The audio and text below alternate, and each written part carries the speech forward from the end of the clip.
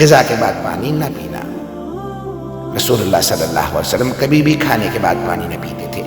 آج علم و تحقیق سے جو باتیں سامنے آئی ہیں ان سے پتہ چلتا ہے کہ اس سنت مبارکہ پر عمل نہ کرنے کے اس قدر نقصانات ہیں کہ گمان بھی نہیں کیا جا سکتا۔ جب ہم کھانے کے بعد پانی پیتے ہیں تو کھانے میں جس قدر بھی فیٹس ہوتے ہیں وہ کھانے سے نکل کر معدے کے اوپر والے حصے کی طرف آ جاتے ہیں۔ باقی کھانا ہاضمے کے دوسرے مرحلے کے لیے چھوٹی آنت میں چلا جاتا ہے اور اس طرح معدے میں رہ جانے والا فیٹ اور پروٹین معدے کے اندر انتہائی نقصان دہ گیسز پیدا کرتے ہیں، جبکہ ان سب کو کھانے کے ساتھ مکس ہو کر نظام انہضام کے اگلے مرحلے میں جانا تھا۔ ہم نے پانی پی لیا یا فوڈ کھا لیا تو یہ ہماری صحت کی بربادی کے لیے معدے ہی میں رہ گئے۔ ایک حدیث رسول صلی اللہ علیہ وسلم کا مفہوم ہے کہ اگر کھانا کھا لینے کے بعد پانی کی حاجت ہو تو محض چند ایک گھونٹ لے لو اور اس کے بعد روٹی کا ایک لقمہ کھا لو۔ جاپانی ریسرچ ہے کہ کھانے کے بعد پانی پینے سے جو فیٹ اوپر آ رہے تھے اور آپ نے جو بعد میں لقمہ کھا لیا تو فیٹس کے اوپر آنے کا سلسلہ نہ صرف وہیں رک جاتا ہے بلکہ وہ دوبارہ غذا کا حصہ بن جاتے ہیں۔ اس لیے کھانا کھانے کے بعد پانی ہرگز نہیں پینا چاہیے کہ جو پیٹ میں نہ صرف گیسز، تیزابیت، بدہضمی کا باعث بنتے ہیں بلکہ بہت سے دل کے امراض کا تعلق بھی اسی سنت مبارکہ پر عمل نہ کرنے کے سبب سے ہی ہے۔ وضو، ہم دن میں 5 فرض نمازوں کے لیے کم از کم 5 بار وضو کرتے ہیں، کیونکہ وضو کے بغیر نماز نہیں ہوتی اور منہ، ناک، ہاتھ، بازو، سر اور پاؤں دھوئے بغیر وضو نہیں ہوتا۔ یعنی دن میں 5 بار ہم جسم کے ان تمام اعضاء کو دھوتے ہیں۔ وضو میں ہم جسم کے تمام ظاہری اعضاء ہوتے ہیں کہ جن پر مٹی اور کاربن لگ جاتی ہے۔ آج سائنسی مشاہدات یہ بات ثابت کرتے ہیں کہ جسم کے جن اعضاء کو صاف نہ کیا جائے اور وہ جسم کے اس حصے پر ذرا دیر لگے رہیں تو ان اعضاء اور دماغ کا کنیکشن کمزور ہو جاتا ہے، یعنی جسم کا اعصابی نظام کمزور ہو جاتا ہے، چونکہ وہ مسلسل دماغ کو یہ پیغام بھیج رہے ہوتے ہیں کہ جسم پر کوئی چیز آ گئی ہے اور اس کی صفائی کا اہتمام کیا جائے۔ اگر ایک شخص صبح منہ دھوتا ہے اور اس کے بعد شام میں آ کر دھوتا ہے تو اس کے اعضاء اور دماغ کا تعلق کمزور پڑ جاتا ہے کہ جس سے بعد میں وہ بہت سے اعصابی مسائل کا شکار ہو سکتا ہے۔ اسلام کم از کم دن میں 5 بار آپ کے اعضاء کی صفائی کا بندوبست کرتا ہے اور جمعہ کے روز ناخن، زیر ناف اور بغلوں کے غیر ضروری بال کاٹنے سمیت مکمل صفائی کا اہتمام کرتا ہے۔ اسی لیے جمعہ کا غسل ہر مسلمان پر واجب ہے۔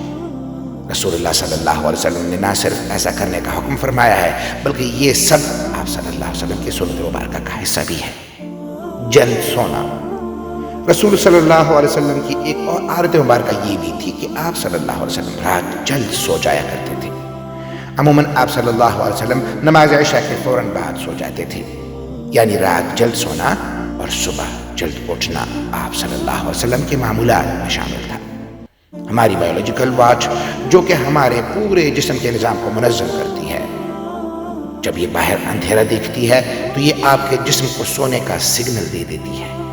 جسم کو تیاری کے لیے یہ 1.5 سے 2 گھنٹے کا ٹائم دیتی ہے کہ اس وقت تک آپ کو لازمی سونا ہے۔ نوٹ کیجئے کہ نماز مغرب اور نماز عشاء میں بھی تقریباً اتنا ہی دورانیہ ہوتا ہے۔ اس کا فائدہ یہ ہوتا ہے کہ آپ کے جسم کے اندر بایولوجیکل واچ کے تحت ایک ڈاکٹر جھانک جاتا ہے جو آپ کے پورے جسم کی مینٹیننس کرتا ہے۔ اگر کہیں زخم آ گیا ہے وہ اس کو ریپیئر کرے گا، اگر جگر یا کسی اور اعضاء میں کوئی مشکل ہے تو اس پر کام کرے گا۔ بلکہ سونے کے بعد سب سے پہلے جگر پر ہی کام ہوتا ہے، اور جو جگر کے مریض ہیں ان کے لیے یہ رائے بھی ہے کہ جہاں وہ اپنا علاج کر رہے ہیں وہ اپنی جگہ لیکن اپنے نیند کے نظام کو بہتر کر کے اپنے جسم کے ڈاکٹر کو علاج کا موقع دیجیے اور پھر اس کے ثمرات دیکھیے۔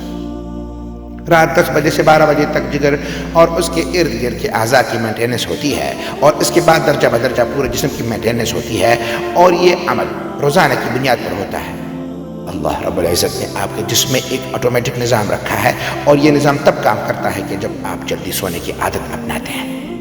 عہد جہالت میں عربوں میں ایک رواج تھا کہ رات کے کھانے کے بعد ان کے ہاں شعر و شاعری اور دیومالائی کہانیوں کی محفلیں ہوتی تھیں جو رات گئے 2 بجے تک چلتی تھیں، اور اسی ماحول میں رسول صلی اللہ علیہ وسلم کا رات جلدی سونا بھی ان کے نزدیک ایک قابل اعتراض عمل تھا۔ یہ تو عہد جہالت تھا، لیکن آج ماڈرن ایج کا دعویٰ کرنے والے ہم مسلمانوں کے ہاں بھی دیر تک جاگنے کو نہ صرف قابل اعتراض نہیں سمجھا جاتا بلکہ کچھ حد تک تو قابل فخر بھی جانا جاتا ہے۔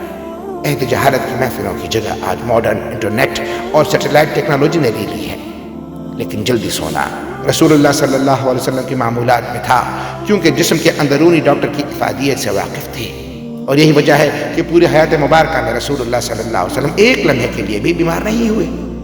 مسواک کرنا، رسول اللہ صلی اللہ علیہ وسلم مسواک کو بہت پسند فرماتے تھے، اور خصوصاً دن میں 5 دفعہ ہر نماز میں وضو کے ساتھ تو ضرور اس کا اہتمام فرماتے تھے۔ اس کے علاوہ بھی جب گھر تشریف لاتے، کسی محفل میں حاضری سے پہلے غرض موقع ہے موقع بے موقع مسواک کا اہتمام کرتے اور مسواک کو بہت محبوب رکھتے تھے۔ ہوتا ہی ہے کہ جب ہم کھانا کھاتے ہیں تو دانتوں کے درمیان کھانے کے کچھ نہ کچھ ذرات ضرور رہ جاتے ہیں، اور کھانے کے 1 گھنٹے بعد ان میں بیکٹیریا پیدا ہو جاتے ہیں۔ محسوس کیجئے گا کہ دانتوں میں رہ جانے والے ذرات 2 گھنٹوں پر نرم ہو جاتے ہیں، اور اس کی وجہ یہ بیکٹیریا ہی ہیں۔ اس لیے ہمیں کہا گیا کہ کھانے سے پہلے بعد، سونے سے پہلے بعد مسواک کا اہتمام کیا جائے، ورنہ یہ آپ کے ہارٹ اٹیک کا بھی سبب بن سکتا ہے۔ آج امریکہ اور مغرب ممالک میں صبح اٹھتے بغیر دانت منہ صاف کیے کھانے پینے کا رواج عام ہے، جو ان میں طرح طرح کی بیماریوں کا سبب بن رہا ہے۔ آسٹریلیا کی ایک یونیورسٹی نے ہارٹ اٹیک کے 500 مریضوں پر ریسرچ کی۔ انہوں نے جہاں اور بہت سی وجوہات بیان کی، وہاں ایک کامن وجہ یہ بھی سامنے آئی کہ یہ لوگ ٹوتھ برش کرنے کے عادی نہ تھے، جس کے سبب ان کے دانتوں میں جمع میل پیٹ میں جا کر اس قدر ملٹی پلائی ہوا کہ وہ ہارٹ کی آرٹریز کو بلاک کرنے کا سبب بنا۔ ان کو ہارٹ اٹیک کا اصل سبب ان کے دانتوں کا میل تھا، جبکہ ہمیں رسول اللہ صلی اللہ علیہ وسلم مسواک کی اس حد تک تلقین فرمائی کہ ایک موقع پر فرمایا کہ اگر امت پر بھاری نہ ہوتا تو میں امت پر مسواک کو فرض قرار دے دیتا۔ آج کی ماڈرن سائنس یہ ثابت کر چکی ہے کہ جن لوگوں کو ٹوتھ برش زیادہ کرنے کی عادت ہوتی ہے ان کو غصہ کم آتا ہے، اور وہ اکثر ٹھنڈے مزاج پرسکون رہتے ہیں۔ جس شخص کو غصہ زیادہ آتا ہو، بلڈ پریشر اکثر ہائی رہتا ہو، طبیعت میں بے چینی، تو وہ زیادہ سے زیادہ مسواک کیا کرے۔ 2-3 ماہ ہی میں وہ اس کے حیران کن معجزاتی اثرات پائے گا۔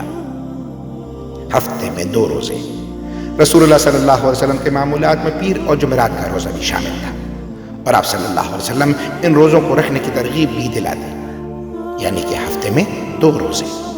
رسول اللہ صلی اللہ علیہ وسلم کا قول مبارک ہے کہ مسلمان 1 آنت میں کھانا کھاتا ہے، جبکہ کافر 3 آنت میں، اور ہمیں نصیحت فرمائی کہ جب خوب بھوک لگے تو کھانا کھاؤ، اور ابھی بھوک باقی ہو تو چھوڑ دو۔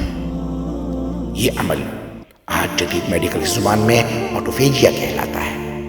یہ انسان جسم کو صحت مند رکھنے کا بہت عظیم راز ہے۔